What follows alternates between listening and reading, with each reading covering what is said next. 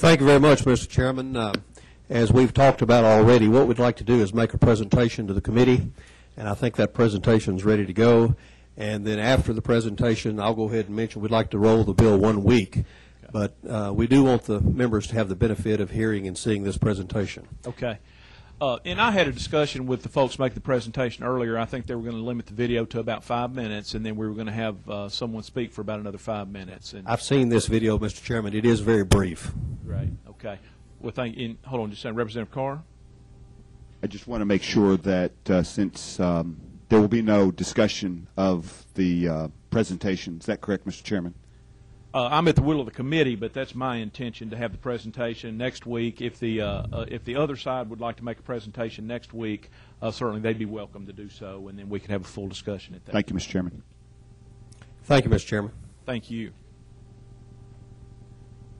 And we will, without objection, I'll go ahead and roll it for a week, but we do want to watch the presentation right now. That way you won't have to worry about coming back and rolling it. Okay. Margland Industries in Rome, Georgia, close to Dalton, Georgia, the carpet capital of the world. They process PET bottles into fiber and resin.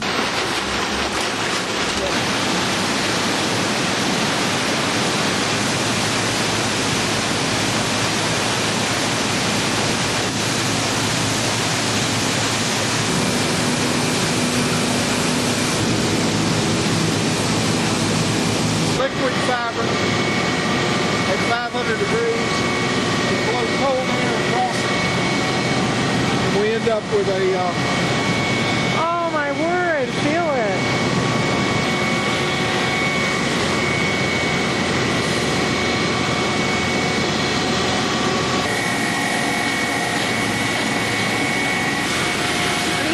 and then we crimp it. We're putting the texture in the fiber.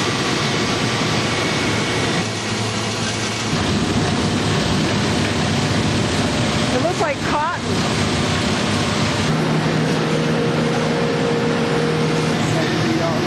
Next bale press produces about 1,000. Look at this. And this is the new process that you can use to make food products, including bottles. Tell me again the highest recycled content you could plan on. There are people that are running as much as 100% recycled content bottles. Yep. But some of the major brands are running 10 to 25% recycled content. There's a high demand for these products in the market today. We buy bales from Canada, from Central America, and some from South America. A tremendous part of our cost in these bales is freight. If we buy these bales in Canada, it takes about 6 cents per pound just to get the bale to our location. That's can be as much as 20-25% of the cost of the bale. Wow. It's very important for us and for our business to be able to locate bales in the southeastern part of the U.S. And presently, we need a lot more bales than we're able to find. The recycle rate in the southeast U.S. is very low, under 10% recycle rates on PET bottles. Yep. And we need more bottles. Would love to see Tennessee be able to help the industry in the southeast grow and add employees. We have a little over 200 employees here now. We've expanded about 20 employees in the last year, and all we do here is recycle 100% post-consumer recycled bale bottles. We make food-grade products and textile products from this recycling, but the thing that limits our expansion is the limiting factor of not enough bales. We need more bales. You have curbside locally, you've experienced curbside. Why is curbside not adequate to fulfill that need? Our curbside locally, we have a great recycling program in Rome, Georgia, where we're located. It's, I think, the oldest recycling program in the state of Georgia. We get about 1 trailer load per month from Rome, but that's less than 1% of our needs. We need a lot more loads than the one load we get per month from Rome. Been doing this for about 18 years, recycling bottles, and our experience has been is that bottle bill states have an extremely high rate of recycling as opposed to non-bottle bill states. Yep. And we see from 60 to 90% recycle rates in bottle bill states. In non-bottle bill states, we see from 10 to 25%, and it just makes a lot more sense. You don't have as much litter. You know, it's a win-win situation. This material has value. And in the last 18 years, we've had probably 5 opportunities to expand our building, our business, add jobs, and we did a survey, and we just did not think that bottles were available, so we had to delay or put off the expansions. So you could see expansion coming down the road should Tennessee break the ice here in the South for bottle bill? Absolutely. I could see expansion here. I could see expansion in Tennessee if you have more bale bottles, raw materials available. It would draw people to the state to recycle. Trailblazer Market. Trailblazer Supermarket. And I'm just going to pan through here. You've got a bunch of gas pumps. Yes, we also have a deli inside. A deli inside. As well as a convenience market. We're located at the crossroads of Highway 75 and State Route 81.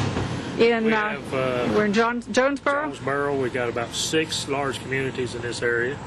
We would be very much interested in becoming a redemption center. We do have cooperation with Washington County Sanitation, and we do have a place out back to where we put cardboard. As you can see, we got plenty of area that we have a place to put one. We got this area here. We got some around the back of the store. Like I said, we got 6 large communities in this area. About 5 schools plus one more being built in this area. Wow. You've got communities like Sulphur Springs, Bowmantown, Glendale, parts of Jonesboro, a lot of homes, a lot of houses. That's a lot of consumption. Litter gets bad. I mean, it does. It's especially here on this property. It's a daily thing, and you do find a lot of plastic and glass. Yep. I think it's a great, not only as as a redemption center, but we'd also be seen as a company that is helping to cut down the waste in our landfills. I think we can be seen as a leader in this area today.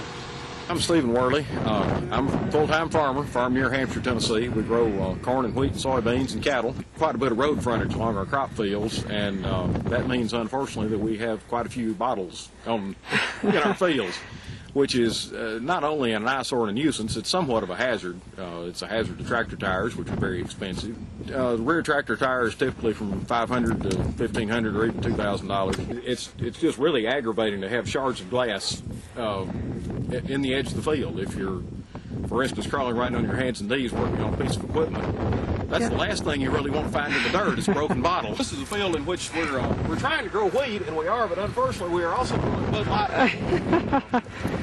Light cans. It would really be nice if somebody would pick these up and put them where they belong.